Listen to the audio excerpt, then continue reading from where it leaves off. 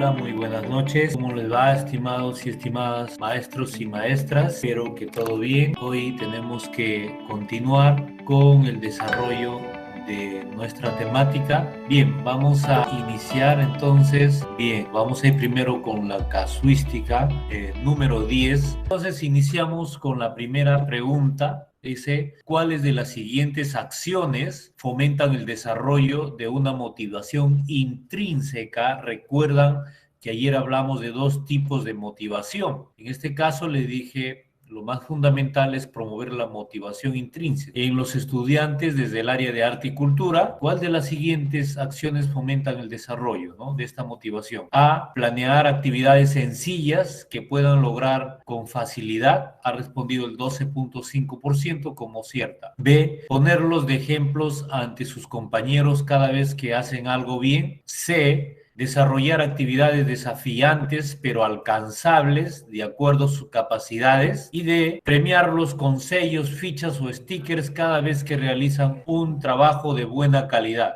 El 87.5% respondió que la alternativa correcta es la C. Bueno, efectivamente, la respuesta correcta es la C. No puede ser planear actividades sencillas que puedan lograr con facilidad, porque no se trata pues de trabajar cosas tan sencillísimas, ¿no? Recordemos que incluso dentro del desarrollo cognitivo hay situaciones de alta demanda cognitiva y situaciones de baja o tareas de baja demanda cognitiva, ¿no? Entonces, la motivación intrínseca no se logra mediante actividades sencillas. Entonces, ponerlos de ejemplo ante sus compañeros cada vez que hacen algo bien, tampoco. Esta no sería la verdadera, porque no se puede comparar a un compañero con otro. Recordemos que todos tienen diferencias en cuanto a niveles de aprendizaje, ritmo de aprendizaje. Tampoco podría ser premiarlos con sellos, fichas o stickers cada vez que realizan un trabajo. ¿Por qué? Porque si haríamos esto, si esto lo consideramos como verdadera, estaríamos un tanto desarrollando la motivación extrínseca, ¿no? Nosotros buscamos la motivación intrínseca. Entonces, la respuesta correcta es la C, desarrollar actividades desafiantes pero alcanzables de acuerdo a sus capacidades. Felicitaciones entonces al 87.5%. 2. La docente ha notado que Sergio, de 12 años, presenta dificultades para describir algunos tipos de voz, pues confunde o cambia su definición. Por ejemplo, frecuentemente menciona soprano refiriéndose a las voces femeninas graves en vez de contralto. Bajo le llama a las voces agudas masculinas en vez de tenor. ¿Qué tipo de problemas está a la base de estos errores? A, de motivación, B, de percepción, C, de motricidad fina y D, de desarrollo intelectual. El 75% ha respondido que la correcta es la opción B y hay un empataje del 12.5% que señalan que la correcta es la C y la D respectivamente. La opción correcta precisamente es la B, están en lo cierto, ¿no? El 75% está en lo cierto. Es un tema de percepción, porque recuerden, de motivación no puede ser, de motricidad fina tampoco, de desarrollo intelectual tampoco, tiene que ser de percepción, puesto que recordemos que tanto para el análisis como para definir la escucha adecuada y definir precisamente los tipos de voces, tenemos que estar atentos para percibir, ¿no?, esos tipos de voces, ¿no? Esa diferencia, hay que saber diferenciar gracias a la percepción auditiva en este caso, porque la percepción va asociada pues a los sentidos, ¿no? Al tacto, al olfato, a la vista, al oído, ¿no? Al gusto. 3. Pasamos. Karin es una estudiante del 4º grado. Sus compañeros suelen pedirle favores con bastante frecuencia, como prestar sus pinceles y témperas o ayudarlos en las tareas. El docente ha notado que ella siempre accede a los pedidos de sus compañeros por evitar que se disgusten con ella, a pesar de sentirse incómoda o cansada. ¿Qué habilidad requiere desarrollar Cari para enfrentar esta situación? A ver, dice empatía, A, resiliencia, B, la C, asertividad y la D, escucha activa. El 50% ha respondido que la alternativa correcta es la A, empatía.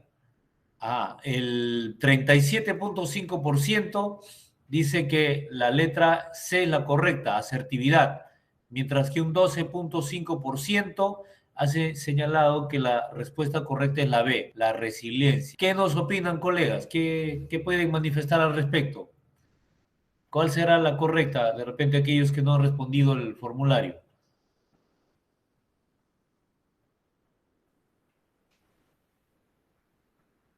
A ver, maestros, maestras, ¿qué ha pasado hoy día? Maestro Jorge, disculpe. Sí, buenas noches. Buenas noches, maestro. Bueno, en mi opinión sería la resiliencia, maestro, más no la empatía. ¿Por qué, maestro? Porque la resiliencia, bueno, nos habla de superar, ¿no? Situaciones traumáticas. Y a mi parecer, la señorita, por no quedar mal con sus compañeros, está actuando y accediendo a todos esos pedidos, ¿no? Y por eso le incomoda. A ver, ¿alguna otra opinión? Gracias, maestro. ¿Alguna otra opinión? Yo Bueno, doy la más por respuesta... lo que es buenas noches, compañeros. Buenas noches, Hola, maestro maestra Jorge. Isabel. Maestra Ay, Esther, sí, ¿cómo está? 2 días no tenía problemas con conexión de internet, estaba entrando por mi celular, por eso tampoco podía participar como debería ser. Pero Wow. aquí yo más lo veo, si nosotros ya en lo que es educación estamos trabajando por bastante de lo que Ajá. es valores, y aparte de ello, no sé, se está trabajando también lo que es los problemas de lo que es en tutoría. Nosotros hemos ¿Ya? visto bastante el trabajo de empatía, ¿no? Ponerse en el lugar del estudiante para que de esta manera el trabajo sea pues el grupo o el trabajo como se está realizando ahí podría ser ponerse en el lugar del otro, por eso yo Ya. más apunto a la A, que A es la... empatía. Ya. Vamos leyendo Colega nuevamente. Jorge, Sí, adelante, maestra. sí, buenas noches con todos. Escuchamos, buenas noches. En realidad, yo no estoy de acuerdo con ni la A ni la B. Yo voy con la asertividad, porque si hablamos de una comunicación, lo que se está observando aquí en la estudiante es que existe una comunicación pasiva, ¿sí? Y tampoco necesita ser asertiva, porque si hablamos de la comunicación asertiva, estamos hablando de la comunicación agresiva y la comunicación pasiva también. Y lo que se observa más bien en la niña es que está siendo muy pasiva para poder reaccionar. Entonces yo sí voy por asertividad. Gracias, maestra. Vamos leyendo nuevamente y siempre les he dicho que en las evaluaciones hay que ser un tanto minuciosos para la lectura, ¿no? Y Karin es una estudiante del 4º grado, ¿ya? Sus compañeros suelen pedirle favores con bastante frecuencia, siempre le piden, ¿no? Como dice, lo han agarrado del punto, vamos a decir entre nosotros, entre comillas, como prestar sus pinceles y témperas o ayudarlos en las tareas.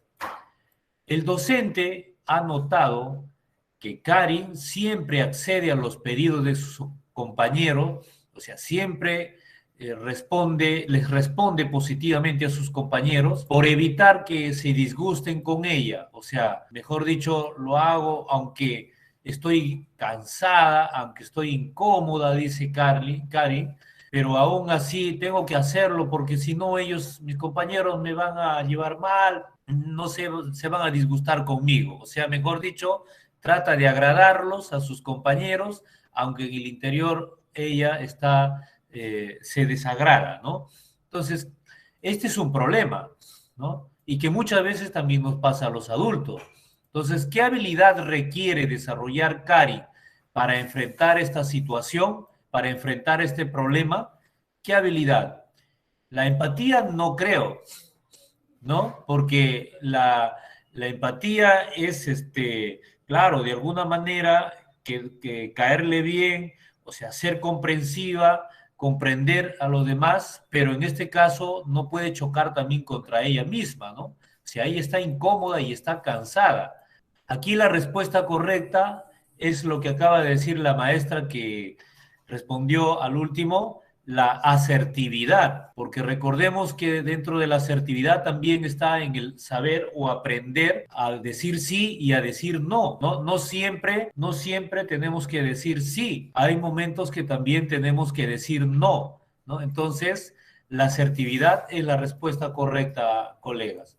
pero felicito la participación, es importante, ¿ves? Por eso es importante debatir aquí para que nos vayamos dando cuenta, ¿no? O sea, y vayamos de repente retroalimentando. Entonces, felicitaciones al 37.5%. La respuesta es asertividad. 4. Cuando el estudiante busca soluciones alternativas y estrategias originales a los retos de sus ensayos teatrales, orientándolas hacia el bien común e individual en un marco de libertad, su característica es, ¿cuál es la característica de este estudiante? A, emprendedor; B, trascendente; C, creativo e innovador; D, ninguna de las anteriores. ¿Qué opinan, mis queridos maestros? Una pregunta sencillísima. El 75% ha respondido que la C y hay un empataje entre la A y la B respectivamente. A ver.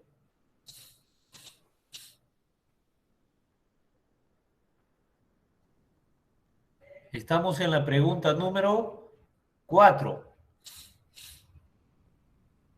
Cuando el estudiante busca soluciones alternativas y estrategias originales, ¿no? Originales a los retos de sus ensayos teatrales, orientándolos hacia el bien común e individual en un marco de libertad, su característica es, por supuesto, ¿no? Que la característica es creativo e innovador. Entonces, el 66.7% ha dado con la respuesta correcta, ¿ya? Creativo e innovador.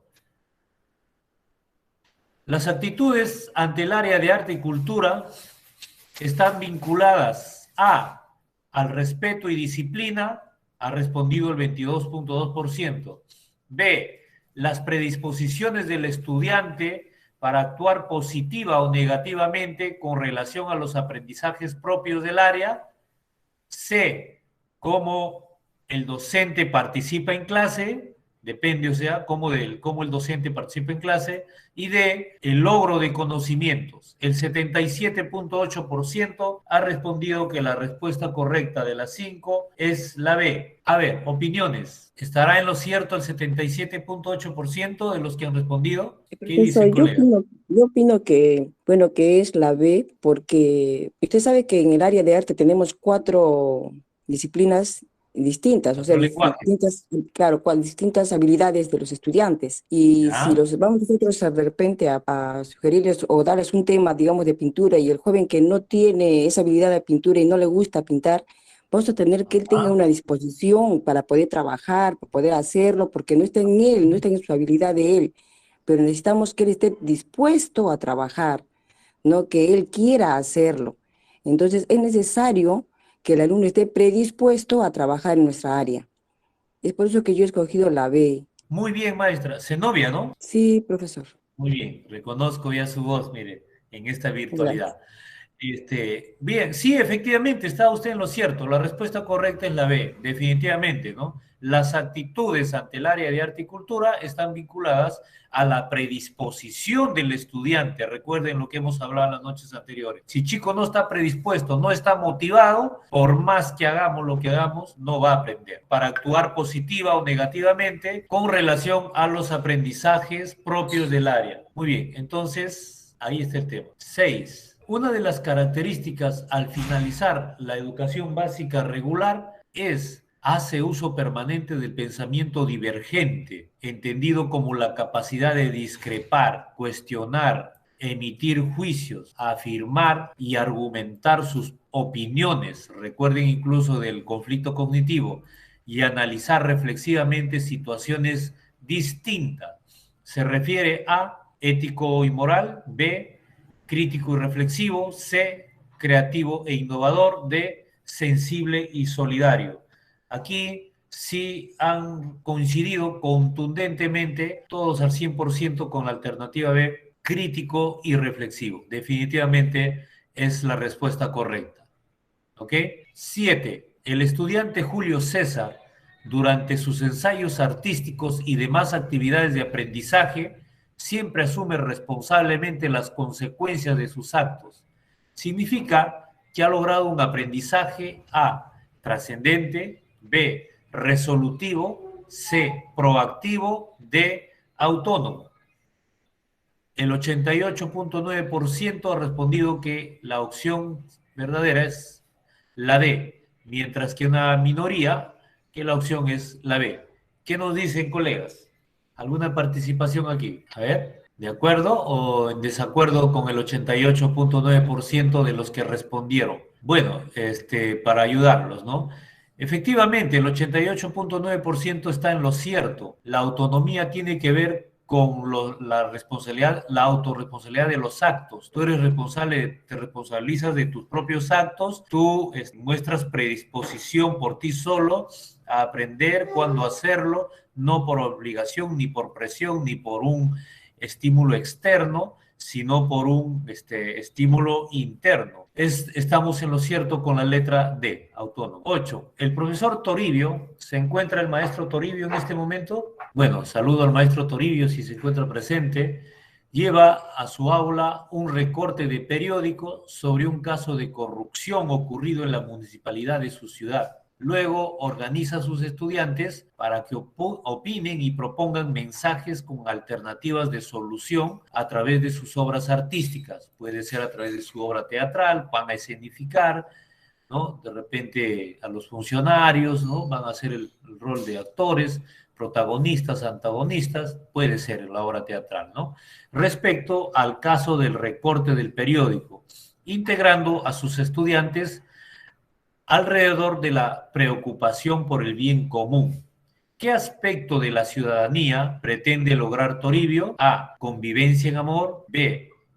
Participación. El 11.1 ha respondido la B. C. Deliberación. Y D. Propone y gestiona iniciativas de interés común.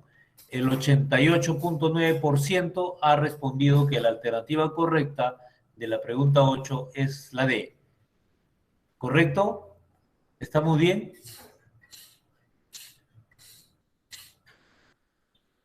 Entonces, cuando nos dice, después de haber leído el caso, ¿qué aspecto de la ciudadanía pretende lograr Toribio? Promoviendo a los chicos a través, que lo expresen a través, lo representen la nota periodística a través de su obra artística. Entonces, propone y gestiona iniciativas de interés común.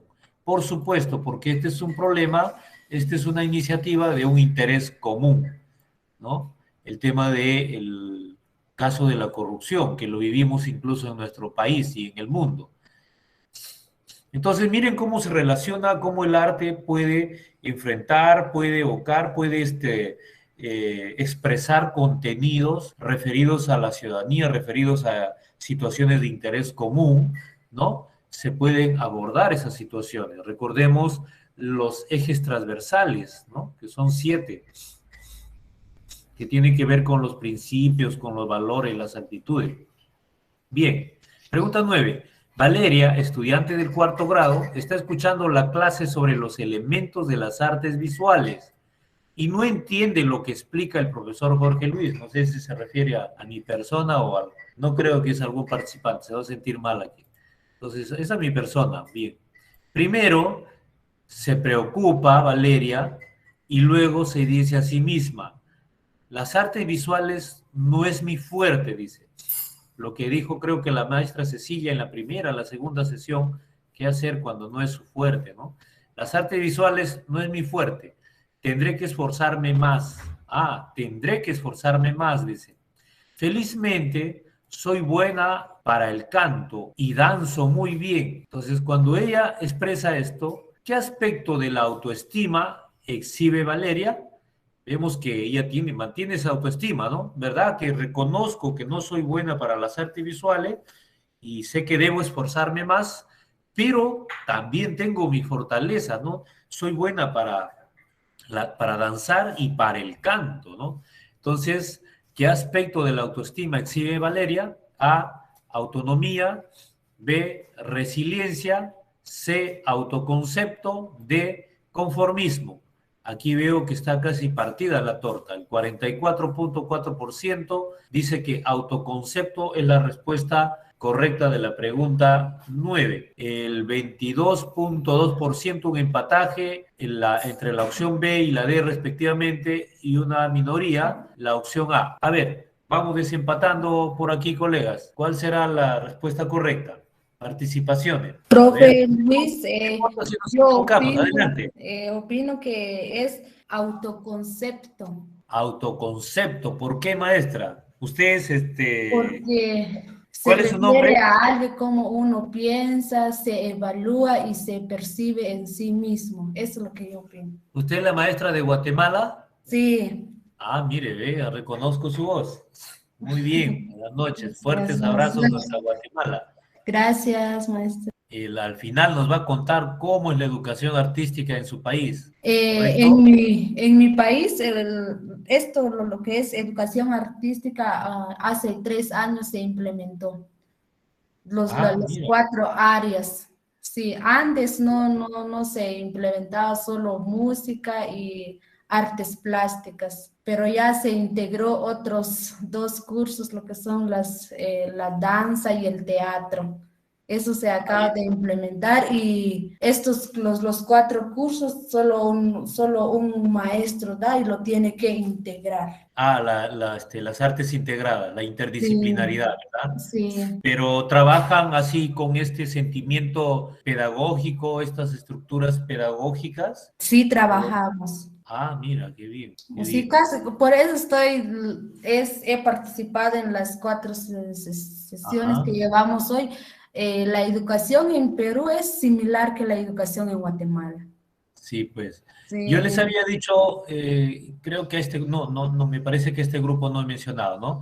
Bueno, coincidentemente, yo he analizado las currículas de los países latinoamericanos como Perú, Chile, Ecuador, también México y bueno, ahora que tú me comentas con el tema de Guatemala, prácticamente el año 2016 en adelante empiezan a implementarse los nuevos currículos alineados a estos 4 lenguajes, a la nueva pedagogía del arte, bajo la promoción pues de la UNESCO. Por eso es que casi coincidimos en algunas diferencias, ¿no? Pero por lo demás es el trabajo similar, ¿no? Sí, muy no bien. tanto la diferencia.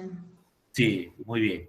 Muy bien. El maestro el instructor de Cuba está desesperado, nos escribe que no puede ingresar y quisiera participar como para escucharlo, porque Cuba también es un referente, ¿no? Pero a ver, ojalá en algún momento por el WhatsApp nos cuente todo. Muy bien, entonces miren, vamos leyendo de nuevo. Valeria, estudiante de 4º grado, está escuchando la clase sobre los elementos de las artes visuales y no entiende lo que explica el profesor Jorge Luis. Primero se preocupa y luego se dice a sí mismo, las artes visuales no es mi fuerte, tendré que esforzarme más. Felizmente soy buena para el canto y danzo muy bien. ¿Qué aspecto de la autoestima exhibe Valeria? ¿Hay alguna otra posición con diferencia a lo que ha mencionado la maestra Yeseina, ¿no? La maestra Yeseina. A ver. Profesor, yo he marcado resiliencia. ¿Por qué, maestra?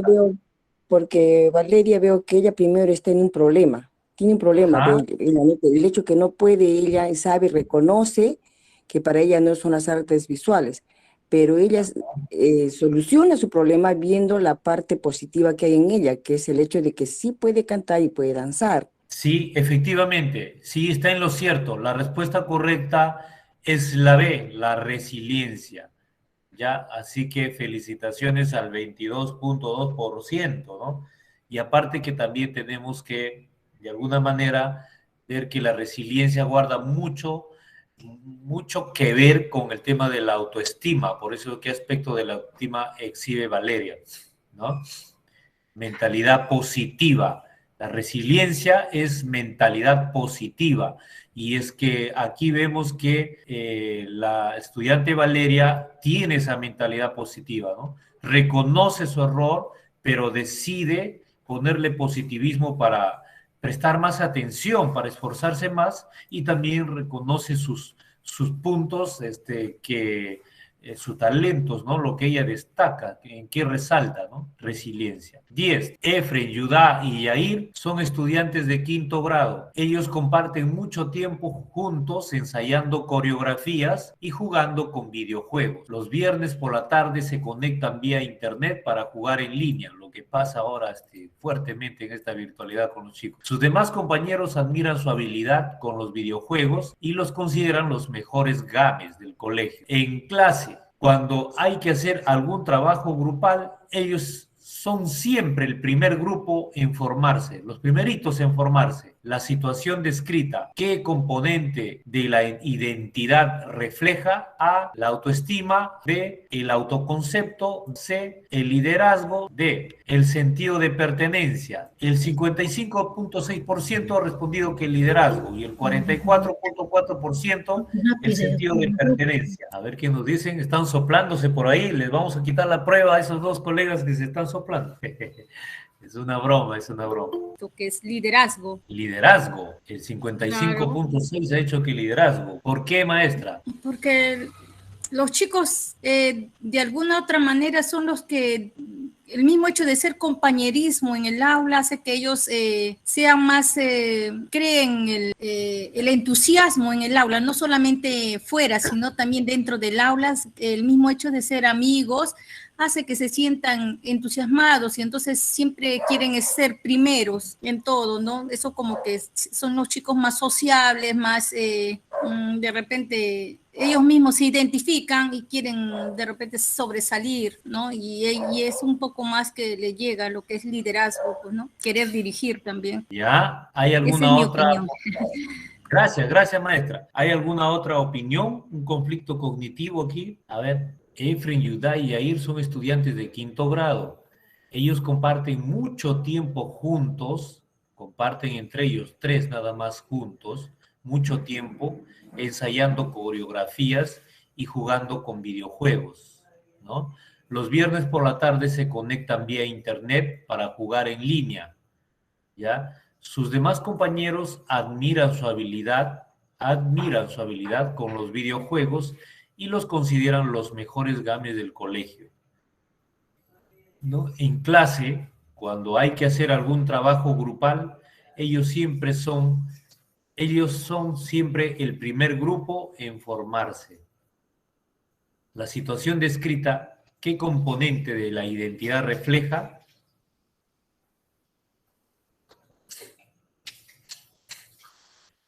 Claro, aparentemente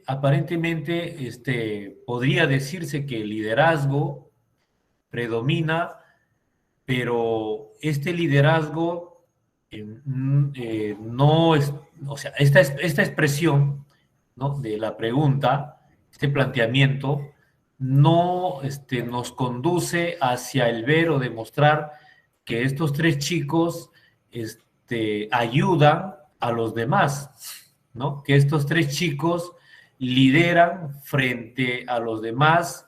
Recordemos el liderazgo democrático incluso, ¿no?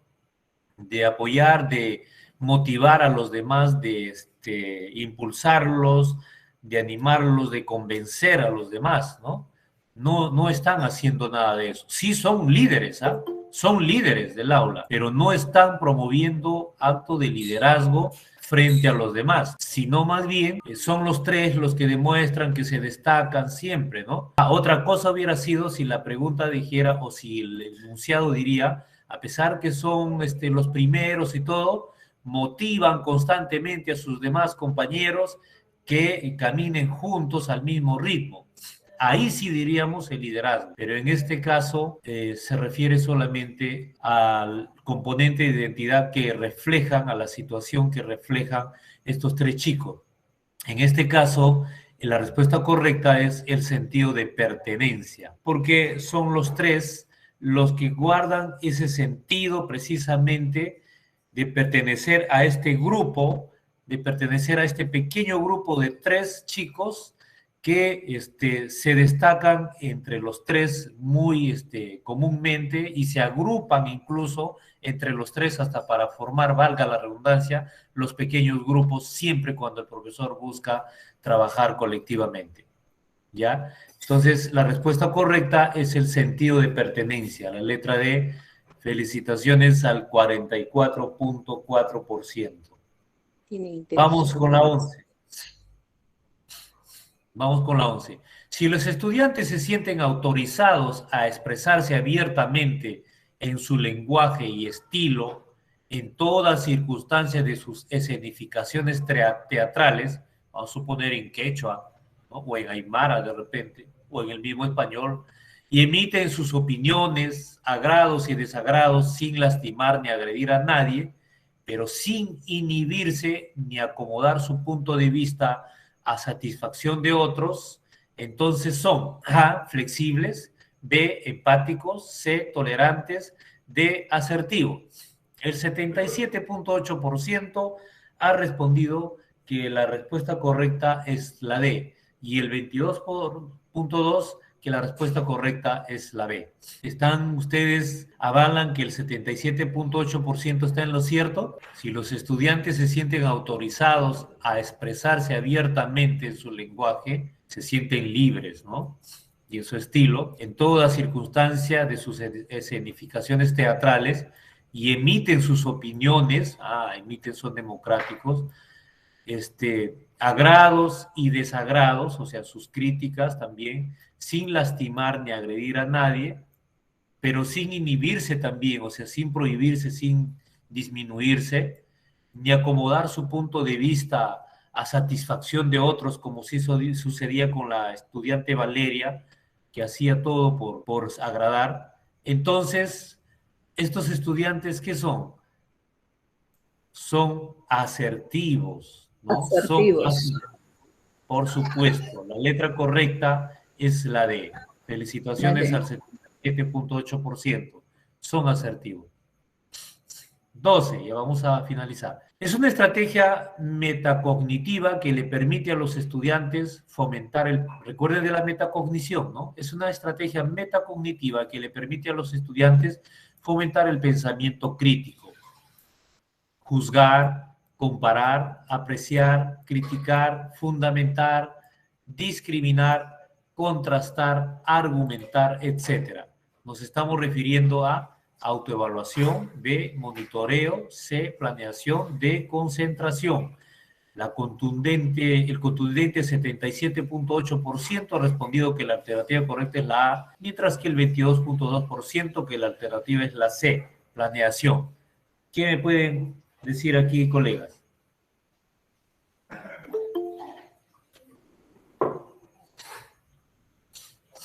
A ver.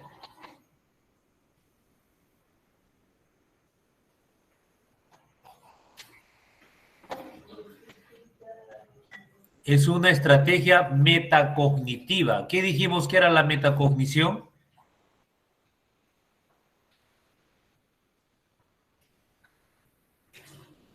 ¿Qué dijimos? Vimos un video incluso ayer. La metacognición es el conocimiento de nuestro conocimiento, de nuestro proceso cognoscitivo, ¿no? Entonces, es la parte reflexiva, analítica, que vamos teniendo sobre cómo hemos aprendido. Recuerden que incluso siempre debemos motivar a nuestros chicos al inicio o al final de la sesión.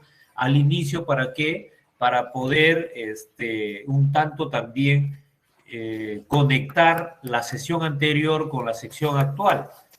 Y al final, para poder reflexionar sobre cómo les fue que reconozcan cómo les fue, qué puntos fuertes, qué puntos débiles tuvieron en el tema del aprendizaje, ¿no? ¿Cómo lo lograste? ¿No? Por ejemplo, la pregunta, ¿qué dificultades tuviste? Entonces, para que el chico aprenda a hacer metacognición. Y entonces, cuando estamos hablando de este proceso de metacognición, claro que estamos motivando a la autoevaluación. Guarda relación, ¿no? La metacognición con el tema de la autoevaluación.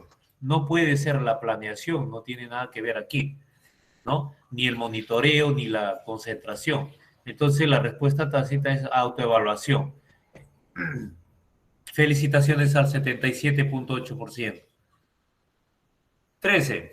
Cuando los estudiantes de segundo grado, luego de haber estudiado el tema del dengue, elaboran en clase de arte un afiche para repartirlo en la comunidad de Nauta, Loreto, ahí hay bastante problema con el dengue, e informar de las medidas de prevención frente a esta enfermedad, podemos notar principalmente que A, su metacognición les permitió seleccionar dichas estrategias. B, el procesamiento de la información se desarrolló en forma pertinente. C, se cumple con la aplicación o transferencia de lo aprendido, lo que constituye el producto de la sesión. Y D, la motivación fue constante y permanente durante toda la sesión. ¿Cuál será la respuesta correcta, mis queridos maestros? Vemos que la gran mayoría, a ver un ratito, el 77.8% ha respondido que la alternativa correcta es la C y el 22.2% que la correcta es la A.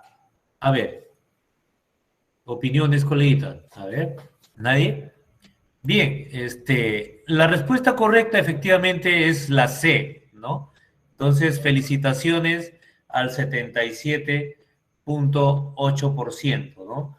Ha dado con la respuesta correcta. Se cumple con la aplicación o transferencia de lo aprendido, lo que constituye el producto de la sesión, ¿ya? Ya que los chicos, pues, primero han investigado sobre el dengue y luego han elaborado su afiche para mostrarlo y comunicar situaciones de prevención frente a este peligro, a esta enfermedad, a este mal pandémico que es el dengue. ¿Correcto? Felicitaciones. 14. El profesor Alberto, al comenzar a desarrollar su clase sobre la fotografía, hace que sus estudiantes observen primeramente todo lo que existe a su alrededor y elaboren un listado de todo lo observado. La puerta, la ventana, las mesas, no sé, los árboles, ¿no? Les muestra una cámara fotográfica, luego les muestra una cámara fotográfica y les pregunta, a través de la estrategia lluvia de ideas, ¿qué es lo que han observado y anotado? ¿Qué es la fotografía para ustedes?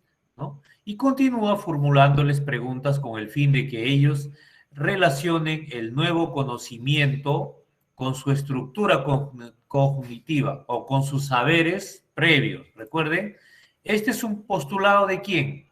A, de Vygotsky, de Ausubel, de Piaget o de Brunner. El 88.9% dice que de David Ausubel, el 11.1% de Piaget.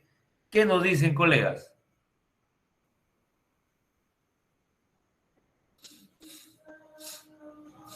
¿Qué nos dicen? ¿Quién es el personaje que nos habla de el aprendizaje significativo? ¿Quién es el personaje que nos habla de la importancia de relacionar el nuevo conocimiento partiendo primero de los saberes previos? Ausubel. Claro, David Ausubel, mis queridos colegas, sin ninguna duda, ¿no? 88.9% acertó. Ya están aprobados para el sábado, colegas. Sábado 18. David Ausubel es aquí el defensor de este paradigma cognoscitivo. 15. El andamiaje, recuerdan que hemos hablado ayer del andamiaje, significa partir el aprendizaje en pedazos, así como un rompecabezas, ¿no? Y ofrecer herramientas o estructuras para cada uno de estos pedazos. En otras palabras, es el apoyo en los procesos de aprendizaje y es una herramienta muy útil para fomentar el empoderamiento de los estudiantes. Dicho concepto se basa en la visión constructivista de Vygotsky, psicólogo ruso, con su concepto zona de desarrollo próximo. Recuerden que hemos hablado de ello, ZDP, ¿no? Que trata de la distancia de lo que el estudiante puede resolver por sí solo y lo que podría realizar con la ayuda de un adulto o personas más capacitadas, para que de esta manera desarrolle su potencial. En este sentido, el andamiaje permite que un estudiante pueda apreciar manifestaciones artístico-culturales que no lograría sin recibir ayuda, o sea, ayuda o mediación de parte de su docente facilitador. A, la afirmación es verdadera. B, la afirmación es falsa. C, la afirmación es un tanto verdad, pero un tanto falsa a la vez. D, la afirmación aún está por comprobar. El 66.7% dice que la afirmación es verdadera, mientras que la mitad dice que la afirmación es falsa. A ver, para cerrar ya esta parte de estas casuísticas y pasar a desarrollar nuestro tema de hoy. ¿Cuál sería? ¿Están ustedes de acuerdo con el 66.7% o con el 33.3%?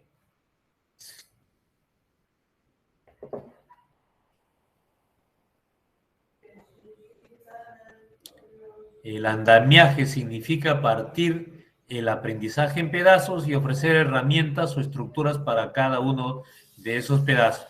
En otras palabras, es el apoyo en los procesos de aprendizaje y es una herramienta muy útil para fomentar el empoderamiento de los estudiantes. Dicho concepto se basa en la visión constructivista de Vygotsky, psicólogo ruso, con su concepto zona de desarrollo próximo, ZDP, que trata de la distancia de lo que el estudiante puede resolver por sí solo y lo que podría realizar con la ayuda de un adulto o persona más capacitada, para que de esta manera desarrolle su potencial. En ese sentido, el andamiaje permite que un estudiante pueda apreciar manifestaciones artístico-culturales que no lograría sin recibir ayuda, sin recibir el asesoramiento, sin recibir la mediación, la facilitación de su maestro. ¿Está claro, colegas? Bueno, sí, efectivamente, la expresión es la verdad, ¿no? La afirmación es verdadera. La opción, la respuesta correcta es la A. Felicitaciones al 66.7%. Es verdadera, ¿no? Recordemos que Vygotsky es el que plantea, pues, el concepto de zona de desarrollo próximo, ¿no? Entonces, igual, el andamiaje tiene que ver, pues, con el tema de alentar, con el tema de brindar las herramientas para que nuestros estudiantes tengan esa plena seguridad de conseguir lo que planteamos, ¿no? De conseguir los objetivos. Sin el ayuda también, sin la mediación del docente, tampoco el estudiante podría lograr lo que debiera lograr, ¿no? Entonces, por eso está el rol del docente, si no, no tendríamos lógica, nuestra labor no tendría lógica, ¿no? Entonces, no sería razonable. Muy bien. Entonces, como ustedes verán, mis queridos maestros, hemos compartido ayer 15 preguntas. Aquí están las 15 preguntas. A ver con el audio, por favor. Hay un niñito que está... Qué lindo niño. ¿El bebé?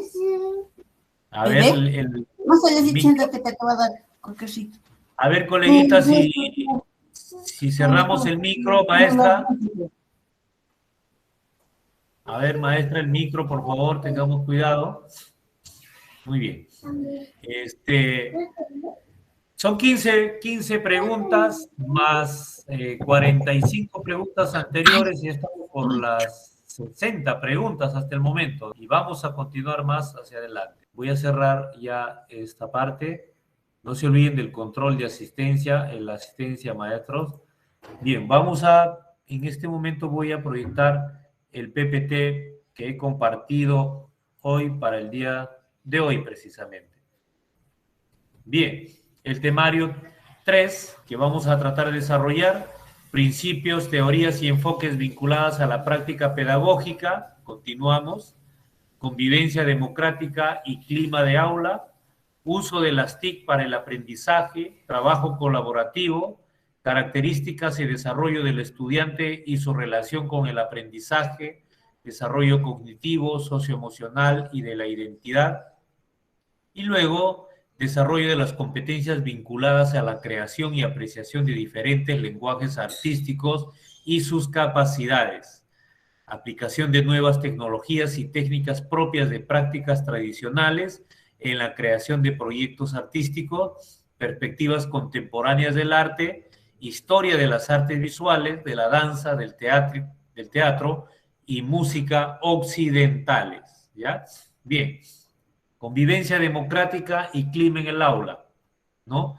Es importante, debemos considerar, y creo que estamos convencidos, que tiene que haber una convivencia democrática Tenemos que promover esa convivencia democrática mediante el diálogo participativo, mediante el desarrollo o la promoción de conformación de grupos, y también el clima tiene que ser correcto, no solamente en el aula, ese clima de afectividad, de confianza, sino también a nivel de la institución, ¿no?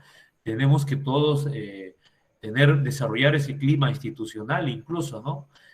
Y bueno, los objetivos: contribuir al mejoramiento del clima institucional, ¿ve?, para el logro de una convivencia democrática en las instituciones educativas. Promover en las y los estudiantes el desarrollo y fortalecimiento de habilidades para la resolución pacífica y creativa de conflictos. Pacífica, ¿no? De la mejor manera. Por eso creo que hace 2 noches hubo una pregunta, me parece, no sé si recuerdo bien, ustedes recordarán bien, cuando una de las maestras, frente a cierto conflicto, en vez de unirlas a los chicos, los separaba, ¿no? Su estrategia era separarlas y estaba equivocada. No se puede apartar, ¿no? No podemos evadir la responsabilidad. No podemos alejarlos de la realidad, sino más bien acercarlos y buscar la solución pacífica. Entonces, ¿qué es la convivencia en principio? Porque el clima y la democracia, el clima afectivo, ayuda a una mejor convivencia. Entonces, ¿qué es la convivencia?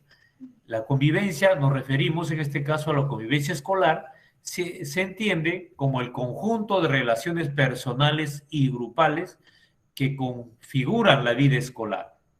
La responsabilidad sobre la calidad de la convivencia escolar recae sobre todos los integrantes de la comunidad educativa, no solamente sobre el docente, sino todo, entre mismos estudiantes, docentes, directivos, personal en su conjunto, padres de familia, ¿no? Y ahí dice, mire, equipos directivos, docentes, personal administrativo y de apoyo, estudiantes, padres de familia y organizaciones de la comunidad, incluso organizaciones de base e instituciones involucradas, responsables, ¿no? Incluso ahora se habla pues del si se ve algo así, ¿no?, que la Contraloría incluso entra a tallar en temas de maltrato o situaciones o situaciones injustas que se puedan dar contra los chicos, ¿no? Entonces, todos están inmersos en este tema de garantizar la democracia y clima de aula, incluso nosotros como docentes de arte, por supuesto. Entonces, recordar que se convive democráticamente cuando se compromete con las normas y acuerdos como base para la convivencia. Por eso es oportuno establecer siempre las normas de convivencia, y eso hemos hablado en sesiones anteriores, ¿no? Si no hay normas de convivencia, prácticamente nada va a haber que regule al estudiante o que le vaya siempre avisando cuando se está extralimitando y cuando se está de repente disminuyendo o dejando que otros puedan influenciar sobre tales chicos, ¿no? Entonces, las normas de convivencia son clarísimas. Nosotros también tenemos nuestra Carta Magna, ¿no? Nuestra Constitución, que nos reglamenta, que nos norma hasta dónde debemos actuar, hasta dónde son nuestros derechos y nuestros deberes. También se convive democráticamente cuando se maneja los conflictos de manera pacífica y constructiva, ¿ya? De manera pacífica y constructiva. Recordemos que las cosas se solucionan muchas veces mediante el diálogo. Fuego con fuego no se puede apagar, ¿no? Entonces el fuego se apaga con agua, ¿no? Entonces con diálogo. Interactúa respetando al otro u otra en sus diferencias o incluyendo a todos y todas, ¿ya? Maneja principios, conceptos e información que dan sustento a la convivencia democrática. Es importante. Entonces, factores que alteran la convivencia democrática. La convivencia escolar negativa, negativa se da pues por la falta de autoridad, ¿no? Se convierte, vamos a decir, disfuncional. Y a veces también en los hogares se pueden dar esa convivencia disfuncional, negativa, ¿no? Donde nadie tiene roles. Entonces, cada uno se dispara por su lado y nadie ordena nada, ¿no? Entonces, dejar hacer, dejar pasar. El liderazgo es agresión y violencia. Es un factor escolar, una convivencia escolar negativa, la agresión y la violencia, ¿no? La disrupción en el aula, ¿no? Las discusiones, las peleas, el estrés docente. El estrés docente, aunque usted no lo crea, propaga, o sea, causa la convivencia escolar negativa.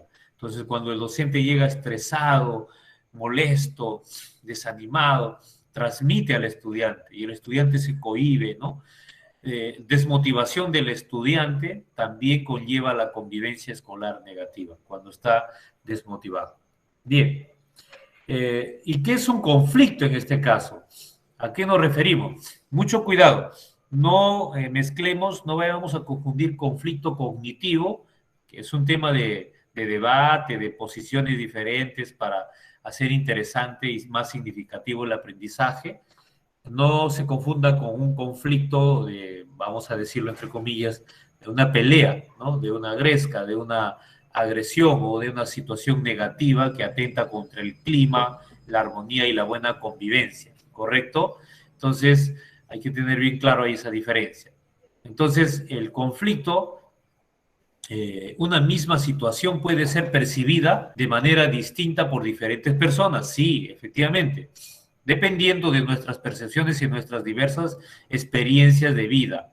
Las personas expresamos emociones y sentimientos. En este proceso no necesariamente nos basamos en elementos objetivos respecto de la realidad. Así encontramos que un manejo inapropiado de emociones naturales, un manejo inapropiado de emociones naturales, cuando no tenemos control de nuestras propias emociones, como ira, rabia, indignación, frustración en una situación de conflicto, podría llevar a desencadenar una reacción violenta, ¿ya? Entonces, el conflicto conlleva pues a la violencia escolar en este caso, ¿no? El bullying, ¿no? La pelea, y que eso incluso ahora está penado, ¿no? Entonces, hay que siempre tener en cuenta. Mayormente esta parte de estos consejos, siempre desde el área de arte y cultura lo podemos trabajar, pero siempre está evocado a esa mirada del docente como tutor. Recordemos que como docentes también asumimos el rol de tutores, la tutoría hoy en día, ¿no? Que se ha convertido prácticamente en uno de los pilares de la educación. Entonces, y a veces también nos toca jugar el rol de tutores, nos asignan horas de tutoría. Y no es que como docente de arte yo no estoy preparado, yo no tengo nada que ver con tutoría. Todo docente realmente somos tutores, ¿no? Entonces, la convivencia escolar positiva, ya lo vimos hace un momento, ¿no? Se da cuando las relaciones interpersonales son buenas, ¿no? Cuando las normas son constructivas y no destructivas. Cuando hay valores institucionales, se practican principios de valores dentro de la institución, ¿no? Cuando la participación es comprometida, ¿no? Entre todos. Felicitaciones cuando desarrollamos esta convivencia escolar positiva en nuestras aulas. Entonces, el rol del docente tutor, ¿ya? Por eso les decía, mire, como tutor, el docente es el agente fundamental. En este caso, el rol del docente de arte y cultura, tutor, es el agente fundamental del proceso educativo y tiene como misión contribuir en la formación integral de los estudiantes en todas las dimensiones del desarrollo humano. Por su cercanía con los estudiantes y padres de familia, el rol que cumple en la resolución de conflictos se fortalece, ¿no? Cuando el docente promueve que la disciplina escolar se administre de modo compatible con el respeto a la dignidad del estudiante, ¿correcto? Cuando el docente promueve que se respeten las habilidades y diferencias que existen entre los compañeros, entre los estudiantes. Cuando se acuerda con los estudiantes normas de convivencia, ya lo vimos, ¿no? Cuando se promueve y facilita la participación estudiantil, por ejemplo, en municipios escolares, defensorías escolares, consejeros estudiantiles, clubes y otros, bajo principios democráticos de organización institucional. Cuando promovemos un clima favorable al buen entendimiento y sentido de justicia con los demás colegas, entre colegas, autoridades de la escuela, estudiantes y padres de familia. Entonces, no nos olvidemos que es fundamental, y siempre hablando con sinceridad, con respeto, con tolerancia, con diálogo, con libertad, brindando la libertad, la justicia, la paz, la alegría, ¿no? Y bien, y pasando al siguiente tema, el uso de las TIC para el aprendizaje. Y ustedes me darán toda la razón. Hoy más que nunca, en esta virtualidad, en esta educación remota, las TIC se ha convertido en un cónclave fundamental, en un punto fundamental para los aprendizajes. Recordarán, antes de la pandemia, hasta casi a inicios del año escolar del año 2020, recordarán, casi en las TICs, en el campo educativo, era un poco limitado, ¿no? Muchos docentes incluso hemos sufrido para aprender las nuevas herramientas tecnológicas como el Meet, el Zoom, el Teams, ¿no? Y el WhatsApp, etcétera, para impartir o desarrollar nuestras sesiones, ¿no?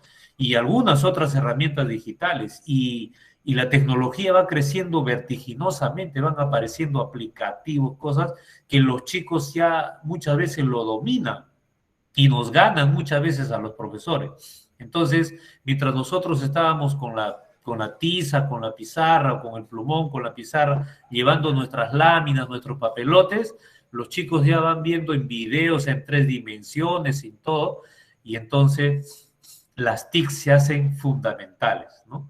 Hay personas que incluso sustentan, pero bueno, dicen que esto de la pandemia incluso pudo ser un tema de estrategia para incrementar el negocio de las TICs.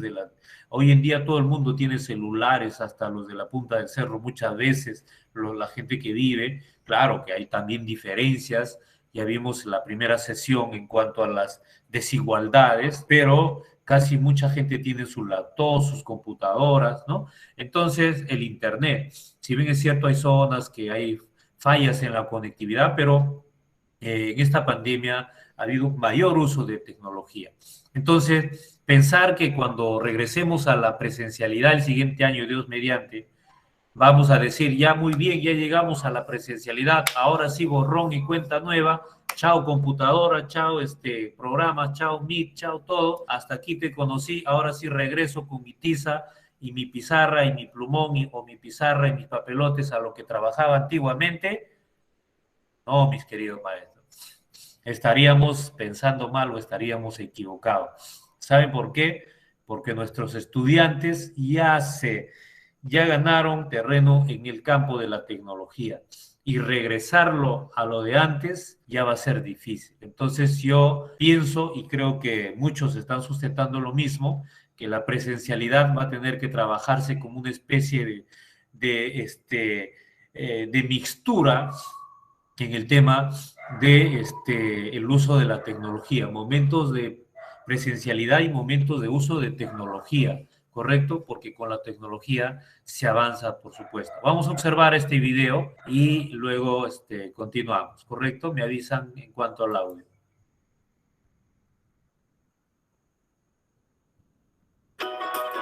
¿Se escucha, por favor? Los jóvenes de hoy requieren de nuevas habilidades para incluyen el uso de la tecnología, las redes y la comunicación.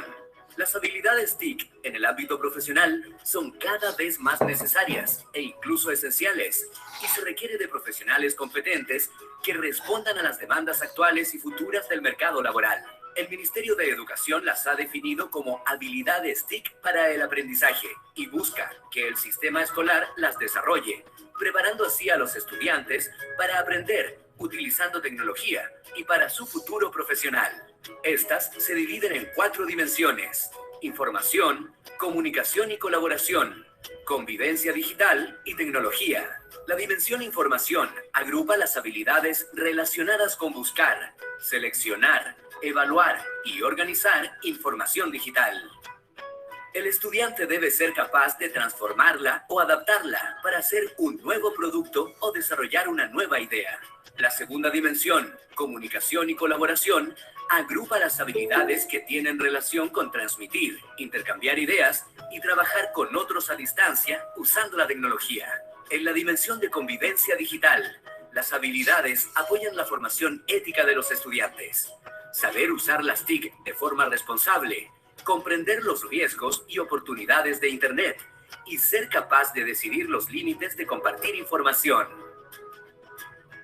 La dimensión tecnología agrupa las habilidades necesarias para entender conceptos relacionados con las TIC, saber resolver problemas técnicos simples y utilizar las aplicaciones de uso más extendido, como el procesador de texto, planillas de cálculo, editor de presentaciones, entre otros. Para que éstas se desarrollen, los actores del sistema escolar, directivos, docentes y estudiantes deben apoyarse y compartir experiencias con uso de TIC. Las habilidades deben ser potenciadas en todas las asignaturas y niveles de enseñanza, tanto preescolar como enseñanza básica y media. Es fundamental que los docentes usen herramientas TIC para enseñar en sus clases y potencien el uso de las tecnologías en los estudiantes. Así estarán entregando las oportunidades necesarias para que los alumnos y alumnas las desarrollen. Para ello, es importante que los docentes se capaciten a través de cursos, talleres y seminarios, así como también el apoyo de la comunidad escolar.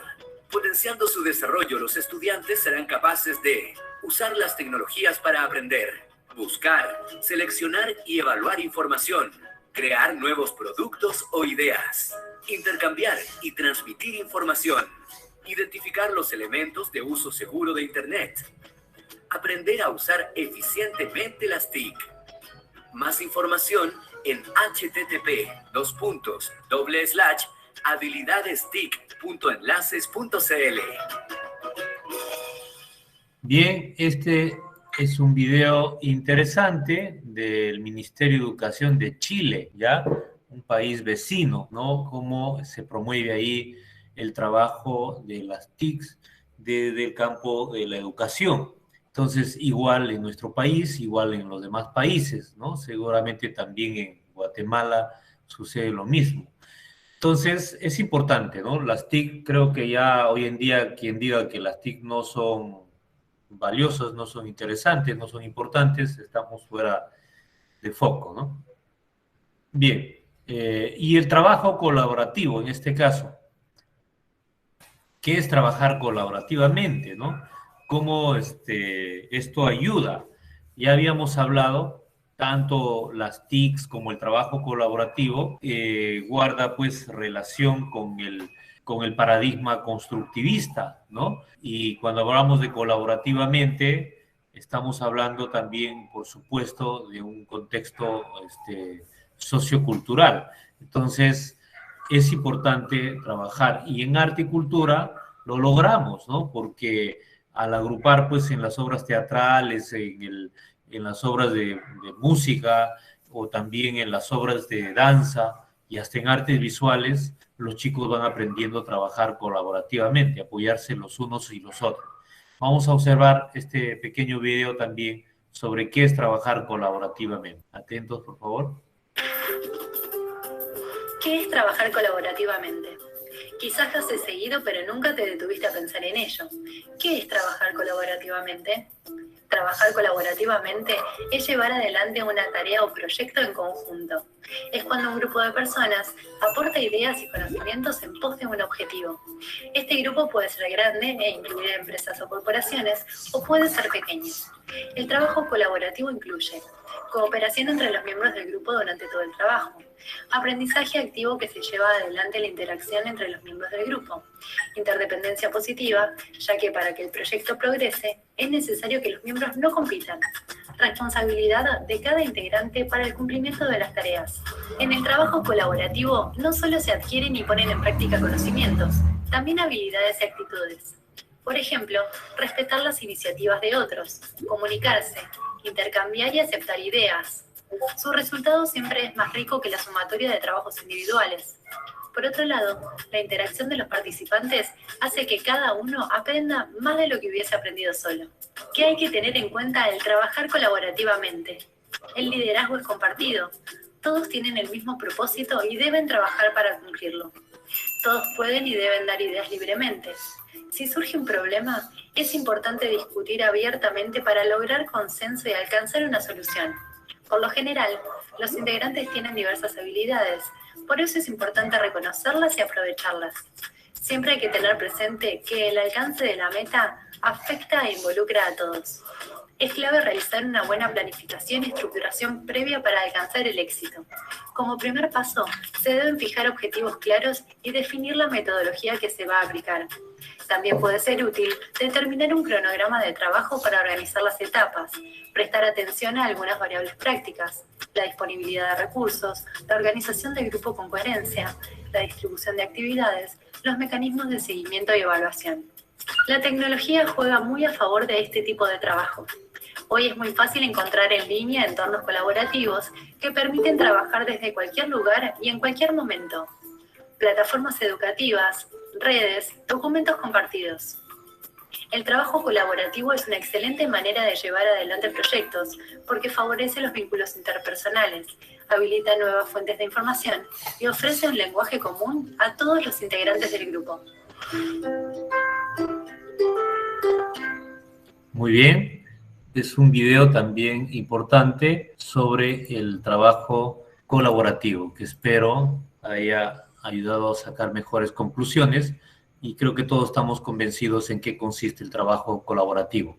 Bien, el siguiente tema, características y desarrollo del estudiante y su relación con el aprendizaje, ¿no? Siempre tenemos que conocer también las características de nuestros estudiantes, con qué tipo de chicos estamos enfrentándonos todos los días, sobre todo con los adolescentes, ¿no? La adolescencia, que es una edad tan complicada, tan difícil, muchas veces llena de rebeldía por parte de los chicos, ¿no? Y creo que eso también lo saboreamos los que somos padres de familia, los que tenemos hijos adolescentes, ¿no? La época incluso del enamoramiento, la época de, bueno, y un sinnúmero de situaciones que vamos a ir viendo poco a poco, y cómo se desarrollan en el estudio y su relación con el aprendizaje, cómo debe ser, ¿no? Esto también guarda relación con el tema del rol del docente de arte y cultura como tutor, ¿no? Entonces, los estudiantes tienen múltiples características de tipo cultural, ¿no? Contexto socioeconómico, grupo social al que pertenecen, ¿no? No son los mismos los chicos de la sierra con los de la selva, con los de la costa, ¿no? No son los mismos chicos entre la zona urbana y la zona rural, son diferentes. Y esas características tenemos que tener bien claro, ¿no? Entonces, contextualizar. Y de tipo socioevolutivo, el ritmo de aprendizaje, el estilo de aprendizaje. Unos son más rápidos, otros más lentos, otros medianamente. Eso ya hemos visto incluso en las casuísticas, ¿no? También presentan una diversidad de intereses y necesidades de aprendizaje, ¿no? Su conocimiento por parte del docente garantiza el logro de aprendizajes significativos y pertinentes. Tenemos que conocer, para eso incluso se hace la evaluación diagnóstica. Continuamos. En cuanto al desarrollo social, por ejemplo, tenemos que este desarrollo supone la interacción del individuo con sus pares, entre compañeros, y sus cuidadores, en este caso sus docentes, en contextos organizacionales como la familia, si es referido a los padres, la escuela, referido a los docentes, y la comunidad, ¿no? Referido a sus autoridades. Y esto tiene que ver también con el desarrollo emocional. Este desarrollo emocional se expresa en el despliegue de las formaciones motivacionales del sujeto y en su capacidad de establecer vínculos no racionales. Constituye la antesala para la formación de los sentimientos. El desarrollo emocional constituye la antesala para la formación de los sentimientos. De ahí va los sentimientos. Entonces, vamos revisando lo siguiente. Autoestima se relaciona con el sentirse bien con uno mismo. Son capaces de afrontar con seguridad los retos y las responsabilidades que ésta les plantea. Incluso hemos visto una casuística hace poco que guarda relación con la autoestima. Nos hemos anticipado un poco. Es uno de los términos que más se utiliza para explicar algún comportamiento de las personas, junto con la inteligencia, la personalidad y las habilidades sociales. Por eso nosotros siempre debemos promover que los chicos desarrollen su autoestima, ¿no? Que eleven la autoestima positivamente. La autoestima es un motor de comportamiento general de la persona, ¿ve? En las relaciones interpersonales con la familia, con los compañeros, ¿no? En la sociedad, con los amigos, etcétera. Alguien que tiene una elevada autoestima no se va a dejar pues manipular ni engañar, ni se va a disminuir ante nadie, ¿no? Y eso es lo que debemos promover nosotros. El autoconcepto. Autoconcepto es la visión objetiva que uno tiene de sí mismo. La manera como yo pienso y siento de mí mismo me ha sido comunicada a través de mis experiencias. Tengo claro el sentido de mi vida, ¿no? Ese es el autoconcepto. La identidad es la conciencia que una persona tiene respecto a ella misma y la convierte en alguien distinta a los demás. Tenemos que trabajar incluso la identidad cultural, ¿no? La identidad ciudadana, ¿no? Que se identifique con sus raíces, que no se avergüence de lo suyo.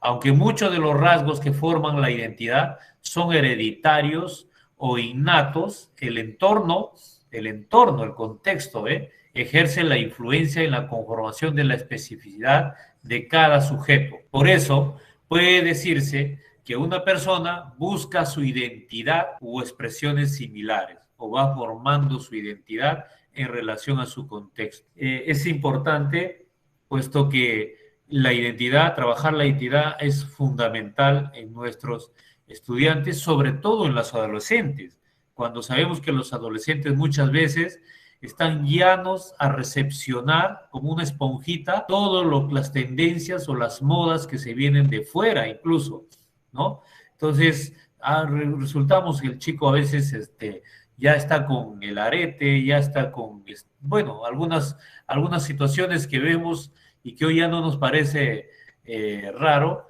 pero que hay que de todas maneras motivar de que su identidad es su identidad, lo suyo es lo suyo. Tampoco podemos cerrar las puertas, como le dije una de las noches, al mundo globalizado, ¿no? Ya no estamos en una aldea, sino más bien tenemos que enseñar, formar a nuestros chicos. Entonces, habilidades emocionales, como por ejemplo el autoconocimiento, el autocontrol de los impulsos, la motivación y automotivación, la empatía, las habilidades sociales de cooperación, respeto y tolerancia, son habilidades emocionales que tienen que desarrollar nuestros chicos de educación secundaria en este momento. Si hay algunos docentes acá de educación primaria o trabajan con otros grupos, también obviamente es oportuno trabajarlos. En esta etapa de la secundaria o de la adolescencia, los estudiantes experimentan una serie de cambios corporales, afectivos y en su forma de aprender y entender el mundo. Entonces, incluso es la etapa donde los chicos, los varones, empiezan a cambiar el tono de voz, se agruesa, ¿no? De repente también empieza a crecerles algunos vellos, ¿no? Y así sucesivamente hay rasgos característicos de cambio, ¿no? Empiezan a enamorarse perdidamente, ¿no? Les parece que ya el mundo se acaba y bueno, y a veces hay que tener paciencia, hay que ser tolerantes, hay que aconsejar, hay que ayudar a moldear como buenos educadores que somos los maestros de arte y cultura, ¿no? Entonces, relaciones interpersonales en la adolescencia, vamos viendo acá lo que les acabo de decir, el noviazgo, ¿no? Es un estado transitorio en un periodo durante el cual dos personas mantienen una relación amorosa, ya conocemos, la conducta sexual, el sexo biológico, la identidad de género, que tenemos que hablarle a los chicos, la orientación sexual, la violación en el noviazgo, es un tema del embarazo precoz, ¿no? El uso de droga, tantas situaciones que nosotros tenemos que hablarle a los chicos para que de alguna manera aprendan a relacionarse y a convivir interpersonalmente dentro de esta edad tan complicada que es la adolescencia, sobre todo hablando maestros de educación secundaria. Entonces, el estudiante toma conciencia de la riqueza expresiva del lenguaje. Esto permite desarrollar su capacidad argumentativa, por lo que se ubica en la etapa crítica, ¿ve? Porque aquí su dominio del lenguaje le permite asumir posiciones personales. Su nivel de pensamiento le permite darse cuenta que puede representar el mundo mediante las palabras o la escritura, apoyado en su imaginación y su capacidad para deducir y hacer hipótesis. Entonces, hay chicos que en esta etapa de pandemia, por ejemplo, están pasándolo muy mal. están con problemas psicológicos, psiquiátricos. Yo tengo estudiantes, hacemos seguimiento, tengo estudiantes que están con medicamentos y todo lo demás porque están atravesando momentos difíciles. Esta es una etapa muy complicada. Entonces, como docente, de alguna manera tenemos que contribuir, ¿no? Hablando, motivando, ayudándole en el tema de la autoestima, ¿no?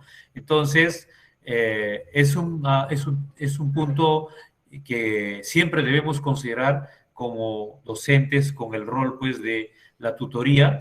Y el arte, precisamente antes de que se me vaya la idea, el arte sirve pues como arteterapia, ¿no? Es una herramienta fabulosísima, es un puente fabuloso para poder trabajar estos temas con los chicos, no solamente que se expresen mediante el lenguaje verbal, escrito, sino también mediante que expresen sus sentimientos, lo que ellos sienten, lo que les está pasando en su interior, lo puedan expresar mediante las obras artísticas, mediante la pintura, el dibujo, la danza, el teatro, la música, etcétera. Entonces, en el campo afectivo, el adolescente da un paso trascendental al desarrollar su autonomía. Aparecen los ideales colectivos, los proyectos personales y la necesidad de autorrealización en función de la imagen de futuro que va construyendo. En esta etapa, las relaciones tienen carácter cooperativo y son basadas en la igualdad, el respeto mutuo y la solidaridad. Es la etapa de las mayores amistades, ¿no?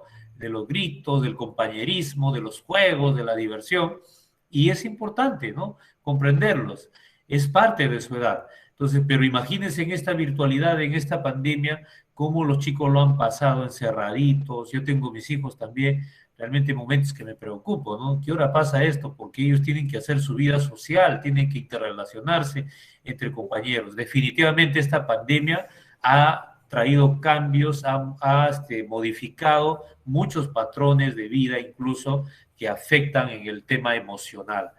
La actitud aparentemente conflictiva y contestataria que se configura en función de lo que puede ser socialmente aceptado o no. Se ubica en la etapa de imitación diferida en adultos significativos distantes, ¿no? Una preocupación creciente por el futuro y el proyecto de vida. Entonces los adolescentes son vulnerables, tengamos claro, y si no están preparados y si no están definidos bajo el asesoramiento, la conducción, el acompañamiento del docente de arte y cultura como tutor, entonces van a caer como presa fácil, pues, ¿no?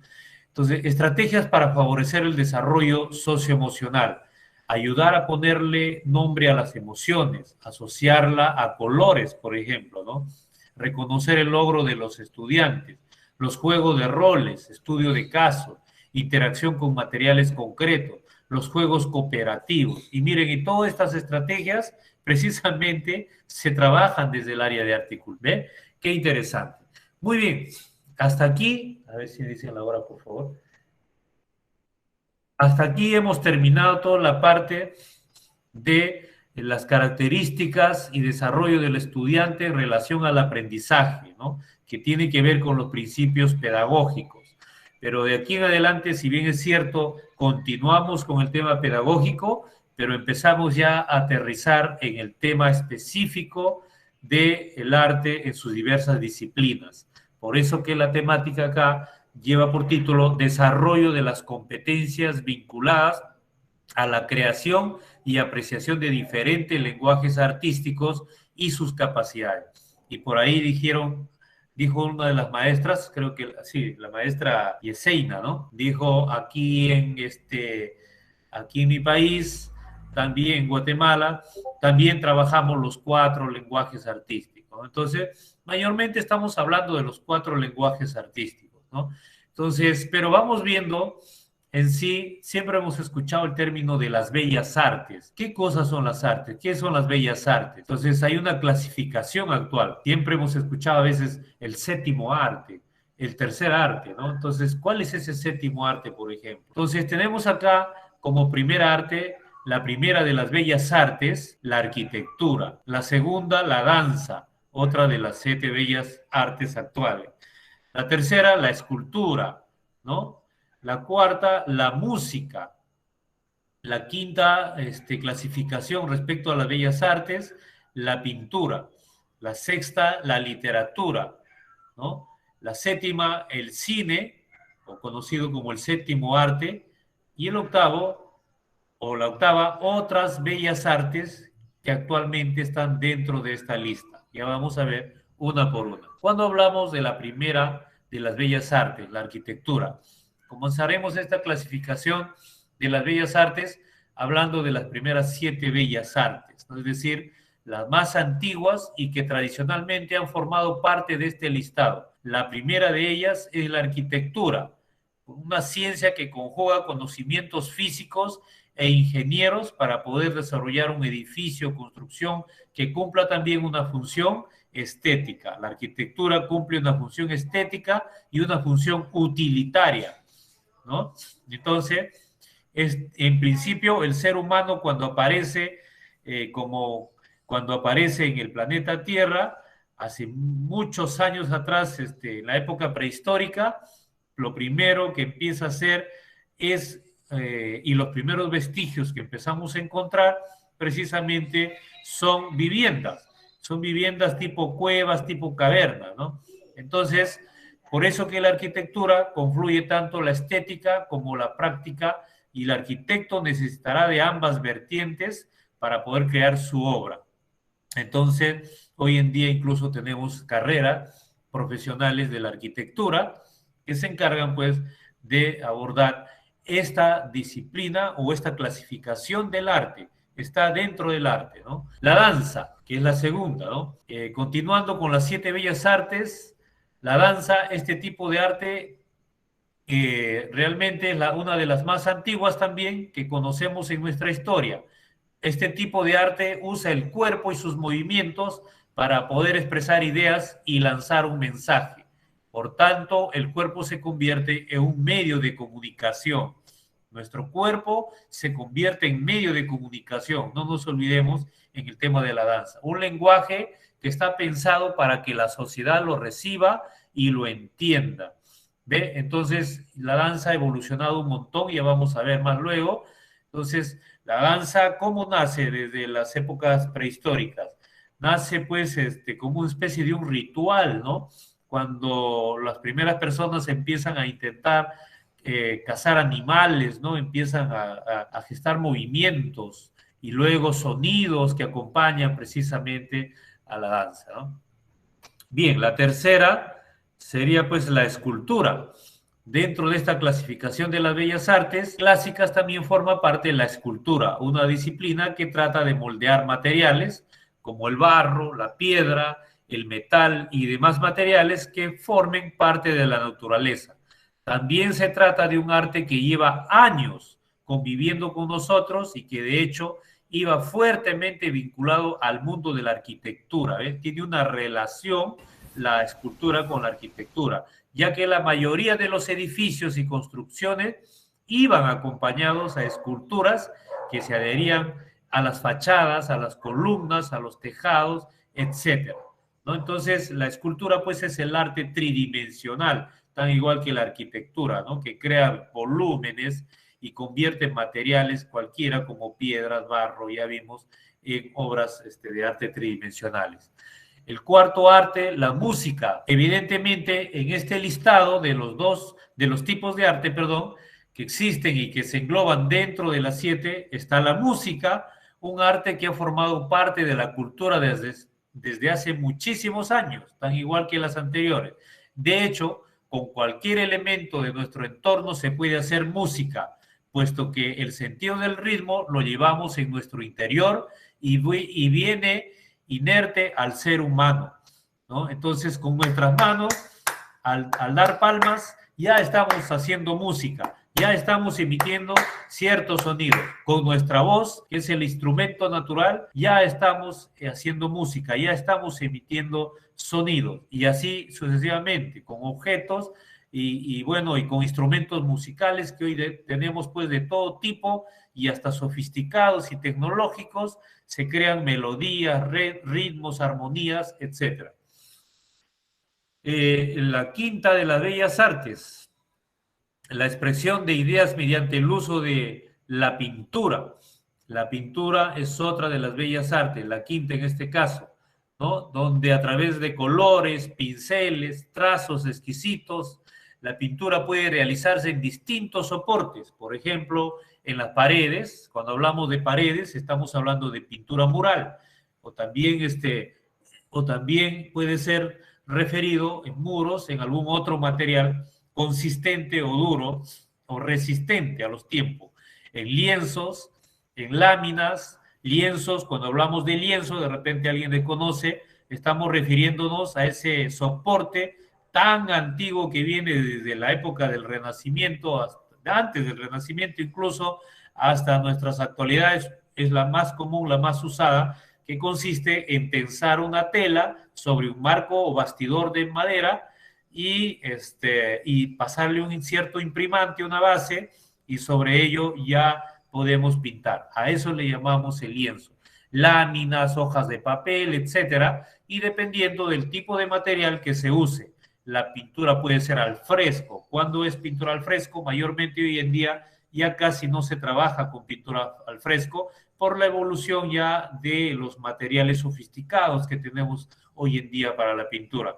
Pero antes, Leonardo da Vinci, Miguel Ángel y otros pintores del Renacimiento, de la época renacentista, de la época barroca, del rococó, etcétera, se acostumbraba a trabajar los frescos, ¿no?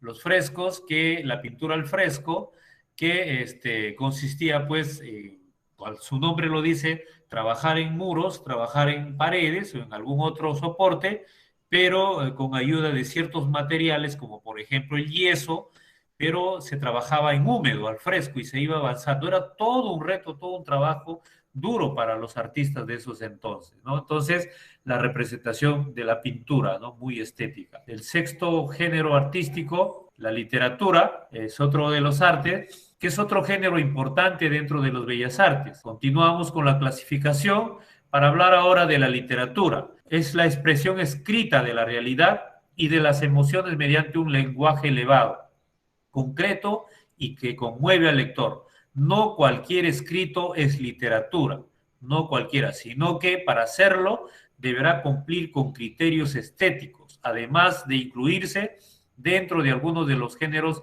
literarios, narrativa, teatro o poesía. Entonces vemos aquí que el teatro está dentro de la literatura, de las artes literarias, ¿ya? Entonces, las literarias, que bueno, no se promueve seguramente dentro del área de arte y cultura, porque lo abordan a veces dentro del área de lenguaje, de literatura, ¿no? Pero que debería tener esa tratativa artística, ¿no? Bueno, el cine, el séptimo arte, ya más reciente, es el séptimo bello del arte del cine, aparecido a finales del siglo XIX, nunca se olvide. El cine aparece a finales del siglo XIX y se empieza a empoderar en el siglo XX. Este es uno de los más nuevos y revolucionarios en el campo artístico, ya que ha conseguido aunar diferentes artes en un nuevo medio, ¿no? Usa diferentes artes, usa la música, usa la pintura, usa la literatura, usa la danza para crearse la obra del cine, ¿no? Entonces, en el cine, acá está, se une la literatura, el guión o libreto, con la música y la fotografía también, para conseguir que todos estos elementos juntos describan sin necesidad de palabras el mensaje que el director quiere proyectar con su obra. El cine es una de las artes más comerciales, ¿no? Ya vemos por qué. Y bien, y entre la clasificación de otras de las bellas artes que actualmente están dentro de la lista, ¿no? Aparte de la séptima, de las 7, están la fotografía, las historietas o cómics, la gastronomía, el circo o el arte circense. La gastronomía, como les dije, también es una manifestación artística. En el Ecuador lo consideran dentro de la currícula, dentro del área de culturas y artes se llama ahí, el tema de la gastronomía, ¿ya? Que de alguna manera también tiene que ver con el arte visual, el arte efímero, ¿no? El arte efímero que decoras pues el plato artísticamente, a veces te presentan un plato que, wow, tiene toda una decoración, o una torta, toda una obra de arte, ¿no? Que no te da ganas de consumirlo, sino de conservarlo, pero lamentablemente lo tienes que consumir y desapareció en ese momento, por eso sería una especie de arte efímero, ¿no? Muy bien. Y bueno, también hay otro tipo de clasificación de las artes con base en los conceptos, el tiempo y el espacio, ¿ya? Entonces aquí vemos un organizador visual, un mapa conceptual, las artes, cómo se clasifican en 3 tipos: artes espaciales, artes temporales, artes espaciotemporales. ¿Y qué tipos y cuáles son esas disciplinas o esas artes que están dentro de las artes espaciales? Sería pues la arquitectura. ¿Por qué? Porque ocupa un espacio. La pintura, porque ocupa un espacio. La escultura igual.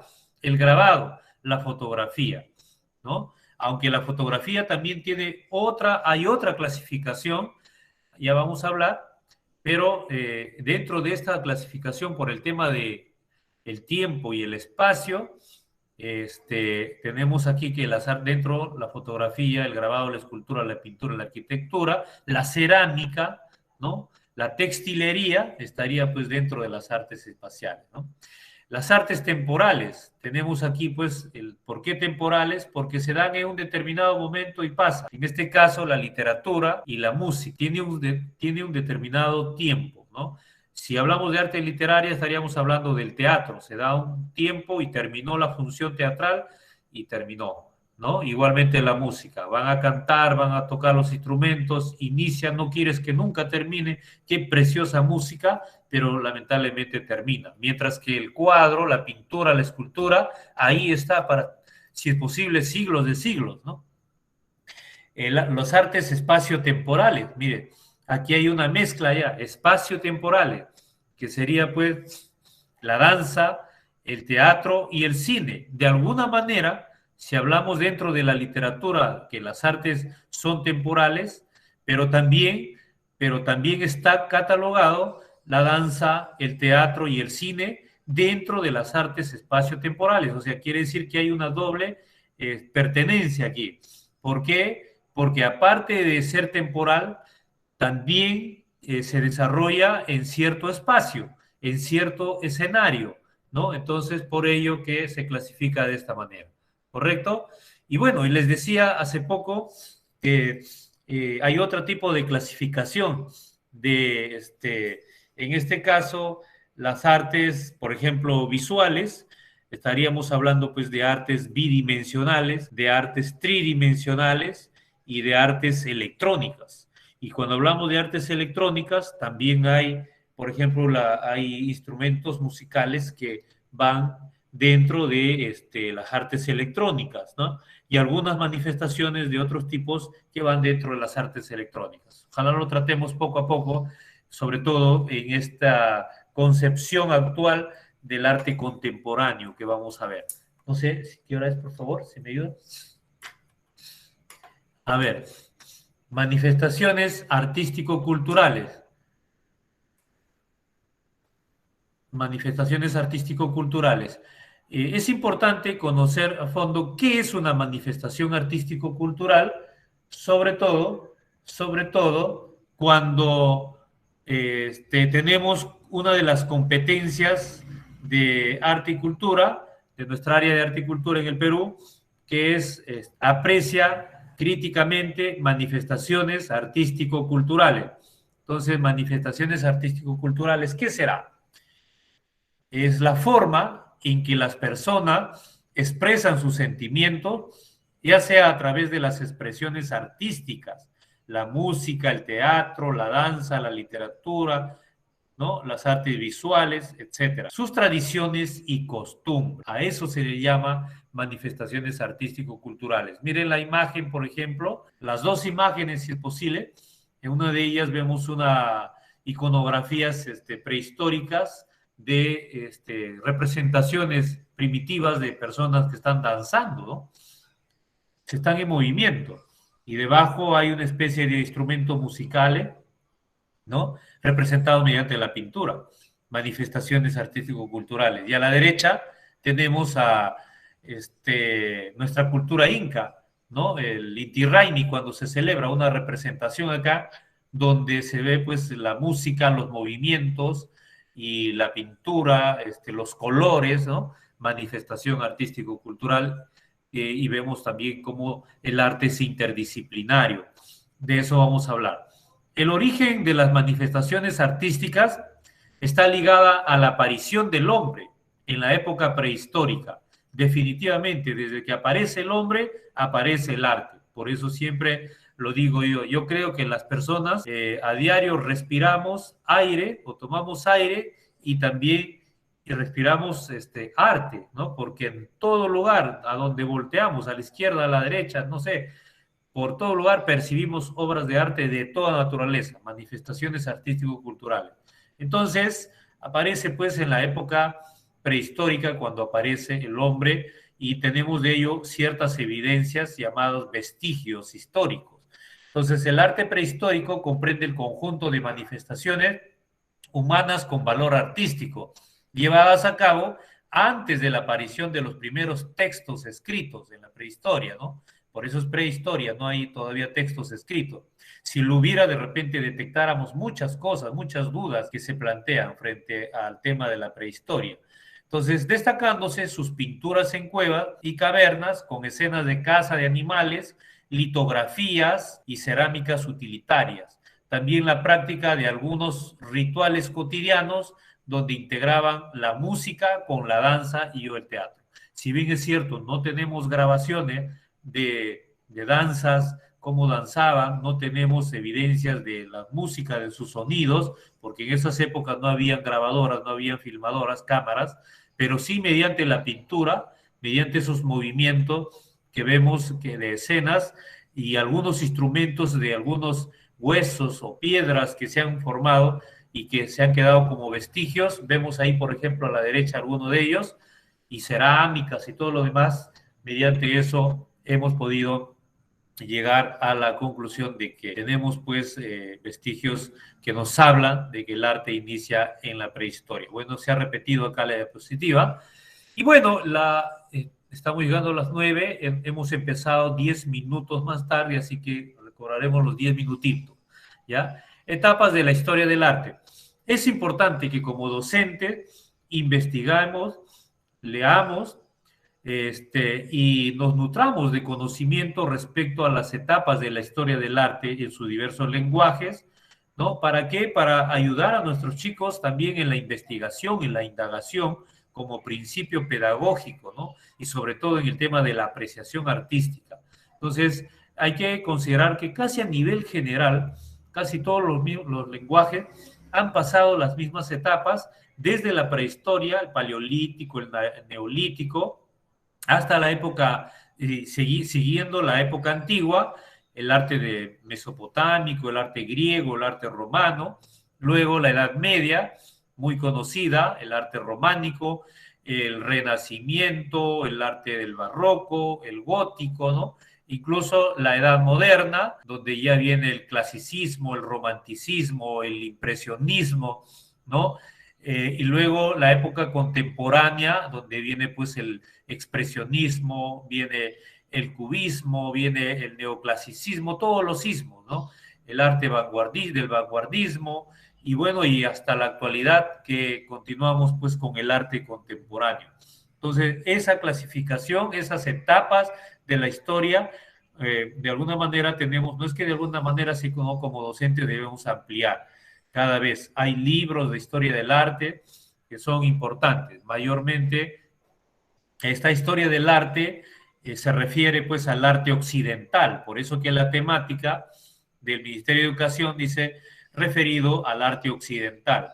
Porque, bueno, así lo ha considerado la historia, pero sin desmeritar también que el arte oriental también es sumamente valioso y tiene su historia.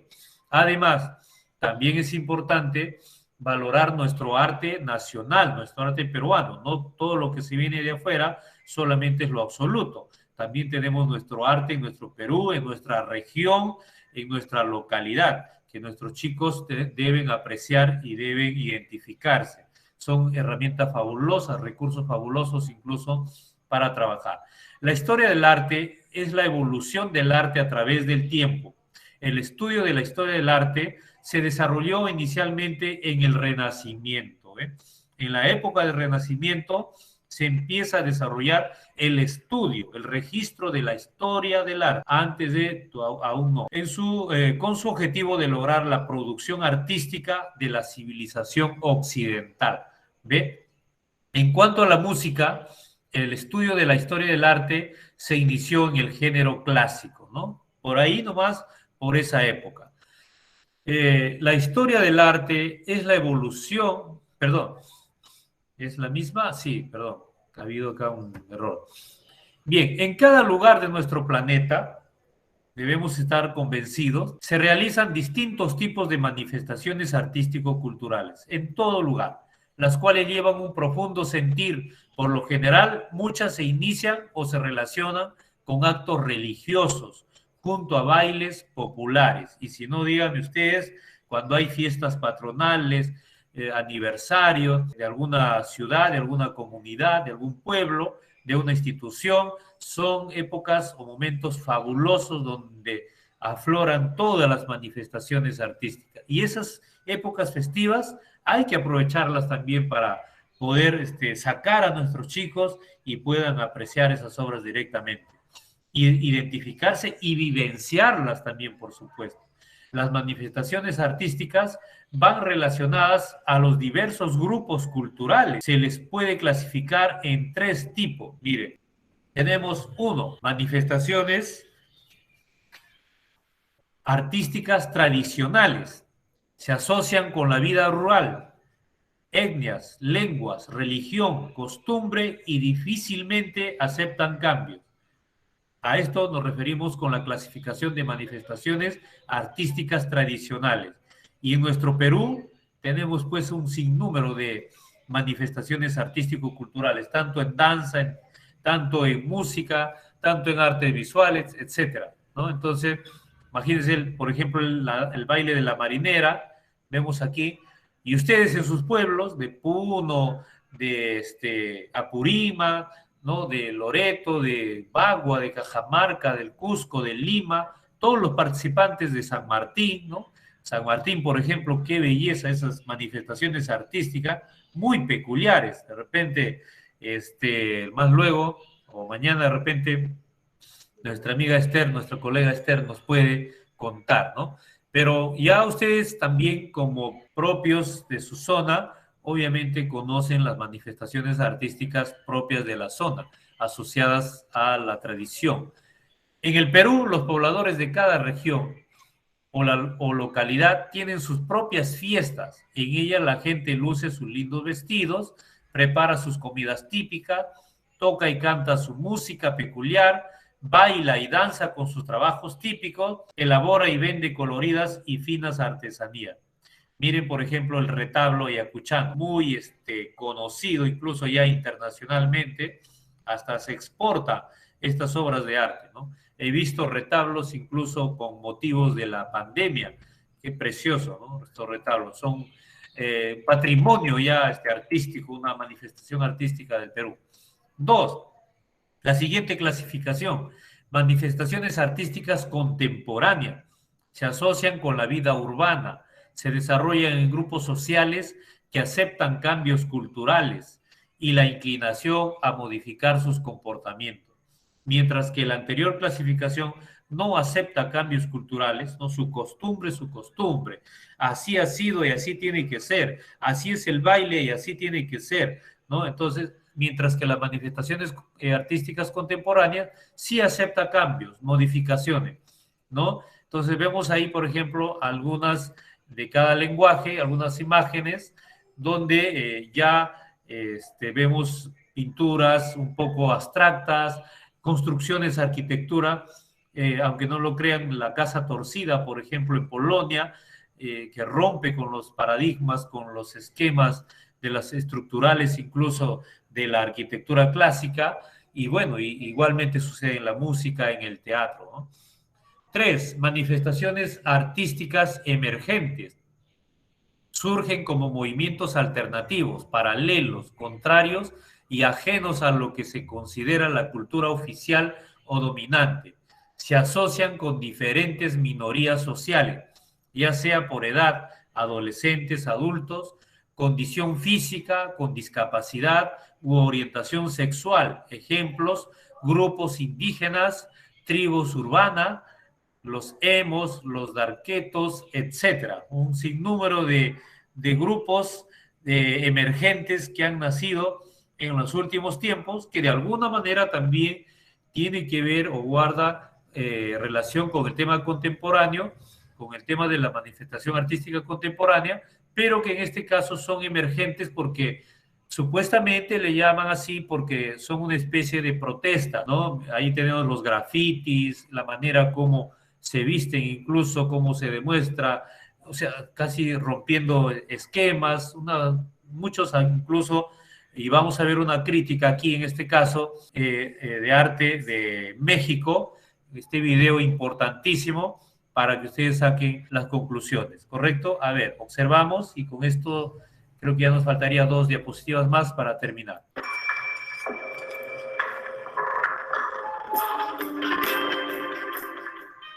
La generación de cristal tiene nuevas ramificaciones y franquicias, y una de ellas se encuentra en el arte. Adictos a las clasificaciones, tienen ahora una nueva saga. Los artistas de cristal son los hijos de los artistas más veteranos, video, instalación, performance, como Gabriel Orozco, Abraham Cruz Villegas, Martin Creed, Douglas Gordon, y nietos de Yoko Ono, Yayoi Kusama, Marina Abramovic. Son los artistas de cristal. Pon mucha atención en las características, porque tal vez tú eres un artista de cristal o conoces a alguien. Bueno, si lo conoces, le dices, y si eres un artista de cristal, esté atento, porque eres muy frágil y te puedes romper. Sus características son: copian las obras de sus padres y sus abuelos, es decir, refritos de vanguardia, y juran que están innovando. Se identifican con todos los movimientos sociales instantáneos de las redes, se apuntan en todos y además meten esas ideas en las pocas ideas que tienen para sus obras. Han sido sobreprotegidos por sus maestros, curadores y demás personas involucradas en el mundo del arte, que les han dicho siempre que todo lo que hacen es arte y que cada obra que tienen es un masterpiece. Tienen nula tolerancia a la crítica. Para ellos, todo lo que hacen es genial y artístico.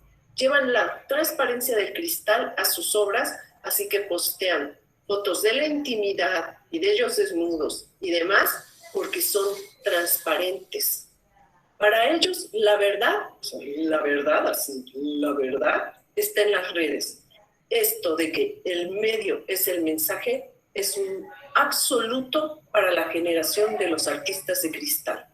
Tienen altos niveles de inseguridad personal y para ellos la disciplina artística o el rigor en el uso de materiales o lo que sea, eso se vuelve el enemigo y se vuelve una agresión a su personalidad.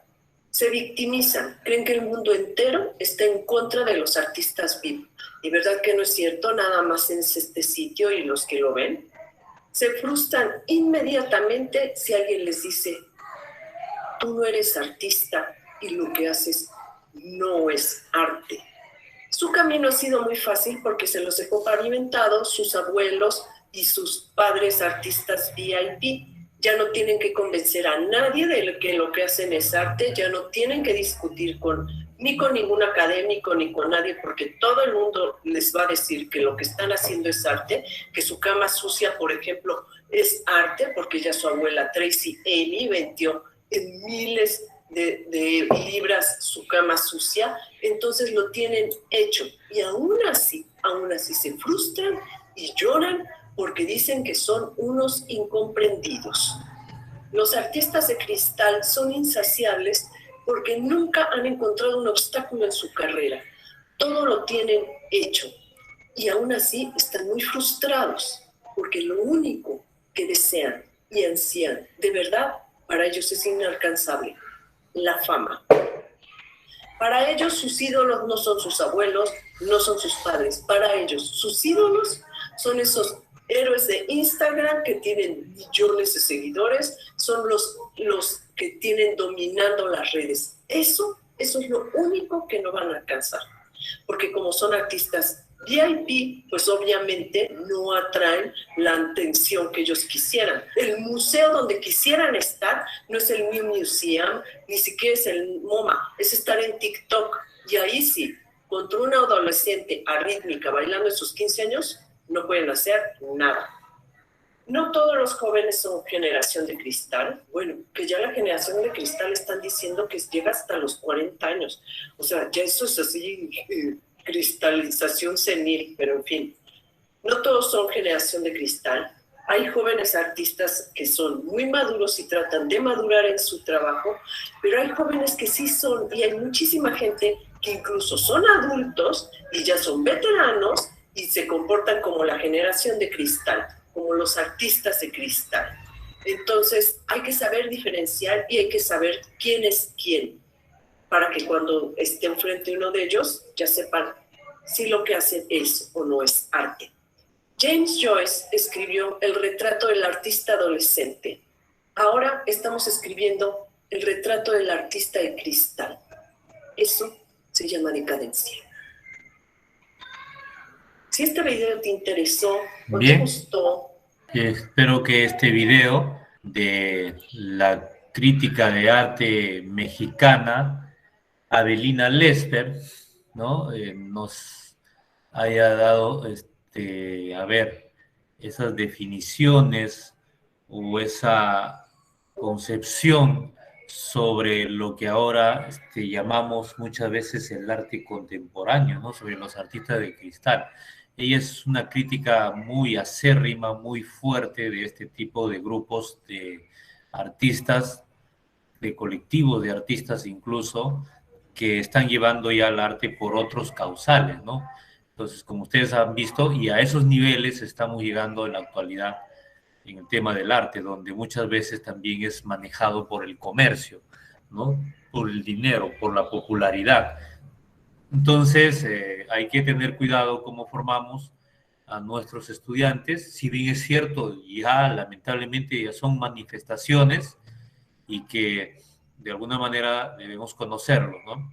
Yo les comento, hice un diplomado en el Museo de Arte Contemporáneo de Lima, en Barranco, de 5 meses, ¿no? Sobre crítica y arte contemporáneo, ¿no? Hasta cierto punto yo puedo tolerar, puedo decir que, ¿no? O sea, puedo decir de que realmente es arte, pero hay cosas que ya no los considero, pero es mi punto de vista, ¿no?